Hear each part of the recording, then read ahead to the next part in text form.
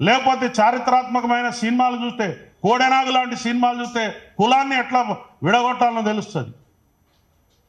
నిప్పు లాంటి మనిషి సినిమా చూస్తే ఒక పోలీస్ ఆఫీసర్ ఎంత గొప్పగా ఉద్యోగం చేయగలడో తెలుస్తుంది. ఒక మత సామరస్యం ఎట్లుండాలో తెలుస్తుంది. నువ్వు చేసేదేంటయా? నువ్వు చేసేదేంటి? నీకు ఎవడిస్తున్నాడు గైడెన్స్? చెప్పేది ఒకటి, చేసేది ఒకటి. మీరు మీ తోలు మంచిగా ఉంచుకోకపోతే, తోలు పలగొడతాం. ఒక శాఖ మీద మీరు పేరు చెప్పకపోవచ్చు, ఇంకోటి చెప్పకపోవచ్చు, పని చేయలేదంటున్నా. అక్కడ పోలీసు వారి డ్యూటీ కాదు అది. కానీ ఆ పడిపోయిన ఆ బాడీలకు రెస్పిరేషన్ ఎట్లు ఇస్తున్నారు చూసారు కదా మీరు, మూతిలకు మూతి పెట్టి. పోలీసు వాళ్ళ పని అండి అది. కానీ ఒక వ్యక్తి అక్కడ జీవితం పడిపోయి ఉన్నది, తీసుకుని ఆ యొక్క రెస్పిరేటరీ సిస్టమ్ అట్లా అందించారు. కాబట్టి అందులో ఒక బాబు ఇవాళ మన కోసం అవకాశం ఉంది.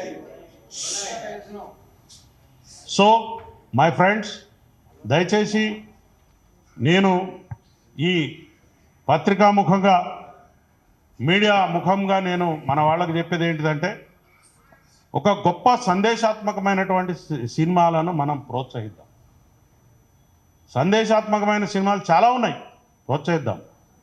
కానీ మనం ఏ పని చేసినా కూడా సమాజ శ్రేయస్సును దృష్టిలో పెట్టుకుని సొంత లాభం కొంత మానుకో పొరుగువారి కోసం పాట పడబోయని చెప్పినారు మన కవులు. అది చదువుకోండి, నేర్చుకో, సబ్జెక్టు నేర్చుకో, నువ్వు గొప్పగా. కానీ ఏం చెప్పింది? నీ కోర్టు కేసు తీసేసిందా? తీసేస్తే మరి మంచిగా హ్యాపీగా తిరుగు. తీసేసిందాక మాత్రం నువ్వు ముద్దాయివే కదా. ముద్దాయి ఏం చేయాలి? నీకు రెగ్యులర్ బెయిల్ కూడా కాదు, ఇంట్రీమ్ బెయిల్. నువ్వు దాన్ని చూసుకుని నాకు అంత స్వేచ్ఛ వచ్చేసింది అనుకోవద్దు. You are under the clutches of law. చట్టాన్ని నువ్వు ఖచ్చితంగా పాటించవలసినదే. చట్టాన్ని పాటించకపోతే జైలు ఊసల వెనక ఉండాల్సిందే. అది చట్టం.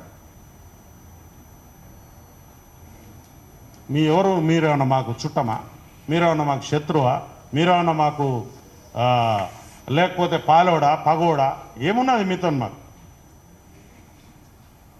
కాబట్టి మీ అనుభవం, మీకు 22 సంవత్సరాల అనుభవం ఉంది, 30 ఏళ్ళ అనుభవం ఉంది, మాకు అవసరం లేదు.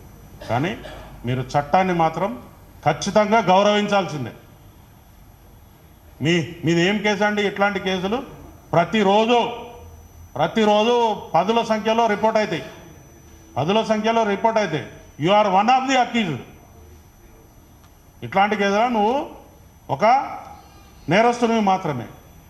మరి చట్టం గురించి రకరకాల ఇల్లిస్ట్రేషన్స్ ఇస్తూ ఉన్నారు మీరు. ఏదున్నా కూడా పేపర్ మీద ఏదైతే ఉన్నదో గదే.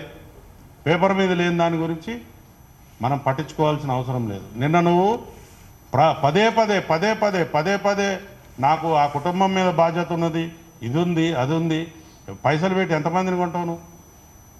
నువ్వు ఉన్నదే లీజు జాగాలో ఉన్నావు. జూబ్లీ హిల్స్లో భూమి కొనాలంటే ఎంత అవుతుంది? రూపాయి 10,000 కొత్తదా? ఎవరో రాజకీయ నాయకుడు ఇక్కడ మీ ఇండస్ట్రీ డెవలప్ కావాలని చెప్పి మీకోసం ఒక సౌలత్ కల్పించారు.